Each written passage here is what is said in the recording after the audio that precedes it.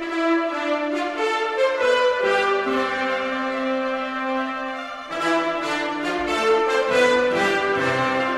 of it! Sorry about that, Paul. I'm here on the outside. Hey, what are you doing inside? Get inside! What are you doing? Yeah, I totally agree with you, to be honest. Sorry. Oh, look at these empty, desolate streets. It finally appears like people are listening to the government and staying inside. You should be inside!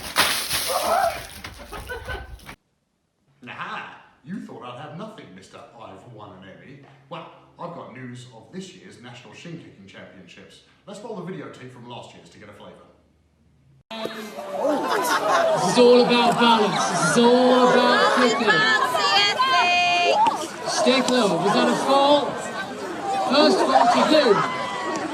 The first heat, best. The NSKA, the National Shin Kicking Association, have said that this year's championship will go ahead, but modified because of the government guidance on social distancing, of course. So, competitors will have to hit themselves in the shin in competitive bouts, and last man standing wins. HP90 News has an entrant in this year's competition, so Piers has been training really hard. Let's go over to Piers now and see how he's been getting on. Piers, how's the training going? Not well at all. It hurts so damn much. Why do you make me do these things? Chin up, old bud. What do you think your chances of gold this year are, though? Pretty non-existent, to be honest. Last night I sparred with the runner-ups of the under-16 girls, and they pretty much had me in the ropes in second, so not too good. Run VT. Take that, you Mary. Ow! It's gonna leave marks, everyone. Oh, son of a... That really stings. You're going down, Dorothy. Oh, I don't want to do this anymore. We are the champions. Okay, well, early days, Piers. She did win silver last year, and she does come from a long line of shin kicking champions. We'll see how Piers gets on next week. Now, back to Broadcaster of the Year, Paul, on the news desk. Okay, thanks, Paul. Day 34 of lockdown, and I just want to see, give you a look at what's like outside. As you can see, very little cars, very little people, which is great. But the people who are out should be key workers. Wait, is that a clown? Are clowns key workers? We'll go with it anyway. You can see the people are abiding by the 2 metres governance. 2 metre governance, you know, the 2 metre apart, and then they're all abiding by that, which is good. And they're all wearing face masks, which is great. But you missed that one there, Paul, so let me just, there we go, happy days. So, as you can see, we have a few of these interviews coming up the next couple of weeks. So please stay tuned. Back to the studio. Thank you very much. Oh, sorry. Now I understand, Piers, you have a guest. I do hope you're adhering to social distancing. Yes, thanks, Paul. I am indeed. And today we have a rescue team on standby, so happy days really. Here I have Jodie Jobsworth with me, who is the Health and Safety Officer for the Institutional Regs and Environment. So, Jodie, you work for fire. Let's discuss some of the most common pitfalls in environmental institutional safety. Yep, electrical fires are far away the most common cause of incidents in the workplace. As you can see, dodgy wiring can easily overheat, spark and catch fire. Without the proper training and know-how, this dog dinner could be a disaster waiting to happen. You know what you're doing, so we're all perfectly safe. What's that? That's a fire! Fire!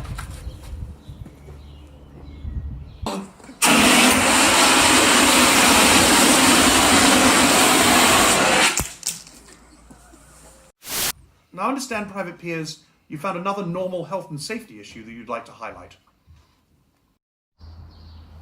Thanks, Captain Paul. I have indeed. Wait, why is there an X marks the spot on the floor? Oh, okay, whatever. Back in the 1940s, they had a really relaxed attitude to health and safety. As you can see, this precarious weight dangling from the roof. I've been assured by our HP risk assessment team that this is perfectly safe, and the string is actually been tested to 300 kgs, which, wait a minute, that's a ton. Isn't a ton more than 300 kgs? Piers, I understand you've been doing a spot of gardening this week. Yeah, thanks, Paul. I was inspired last week by the VE Day special to dig for victory, and look what I found. Wait a minute, isn't that a live hand grenade? Yeah, live, sure. FDS, I'm off.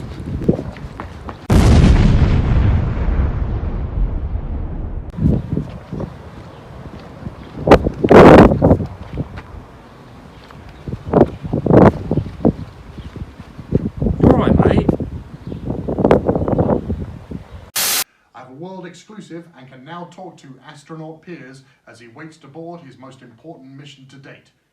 Piers, how are you doing? Hi Houston, yep, feeling good here in Florida. I'd be lying if I said I wasn't nervous, but I've been insured by the HP Health and Safety team that nothing's to worry about, so happy days. Great stuff, Piers. Now tell us a little bit about the mission of HP1. What's the brief? Well, the directors of the Hazel project thought I'd be safer up in space after the last few weeks' antics down on Earth. But while I'm up there, I have to report on the effects of socialisation. Sounds like important work. Check back with us once you're on the moon. Have some seriously happy days up there. Houston, do you copy over?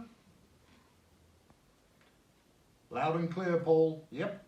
We're getting images now of Piers being loaded into the spacecraft. Hold the line.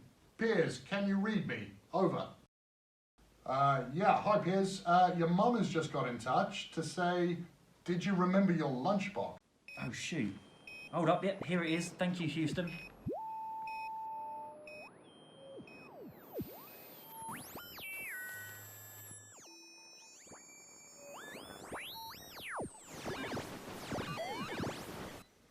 Commencing countdown. Engines on. Piers, you may board the bird. Light the candle, gentlemen. Godspeed, you magnificent bastard. Mark. T-minus 30. Houston, where do I put my lunchbox? Hold the line there, HP1. Awaiting instructions.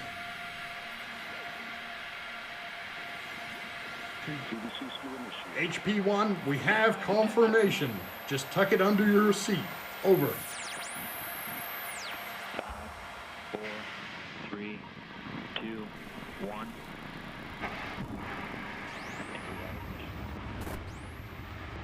And we have liftoff of Antares. Houston, we have a problem. My sandwich is flown out and stuck to a big red button. Do not touch that button.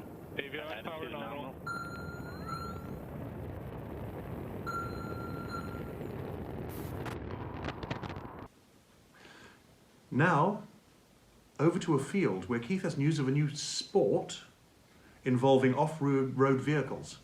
Keith, sounds interesting. Tell us more. Yep. Thanks, Paul. Yeah, I'm here in a field where a new sport is developing, Land Rover fighting. The fearless matador has to encourage the Land Rover to drive straight at him, and then he dodges out of the way at the last second with a flourish of his cape, smacks the 4x4 with a stick. Only the bravest and most dexterous of applicants graduate to the full-size sport. So naturally, we've put Piers forward to try his hand at this one. Piers, after last week's hiccup on board Rocket HP1, how are you feeling? A few bumps and bruises, but no worse than being blown up by a hand grenade, eh? So happy days. Good job, because it seems as though you're going to need your wits about you for this challenge. Well, I'd be lying if I said I wasn't a little wary of this one. Is there no way you could put me in for like a real bullfight or something? That Land Rover is really heavy and it's big. Look at the size of it. And who's that? Who's the driver? Is that Lewis Hamilton? Right on, fella. Well, we'll have to go back to the studio now and see how Piers gets on. Back to you, Paul. I'm getting word from the countryside that Piers has completed his training and is now ready for the live event. Let's go back to Keith in a field. Yep. Thanks, Paul. Yeah, Piers has now passed his Matador's license. Let's have a look at some of his practice runs.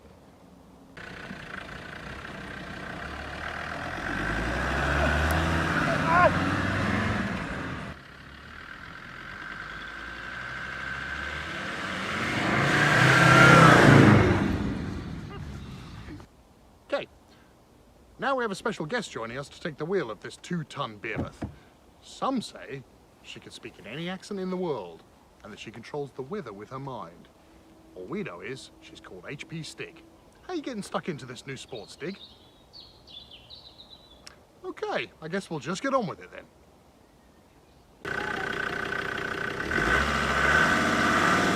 getting on, Piers? Sorry, Keith, you talking to me? It's a little bit loud out here, I can't really hear.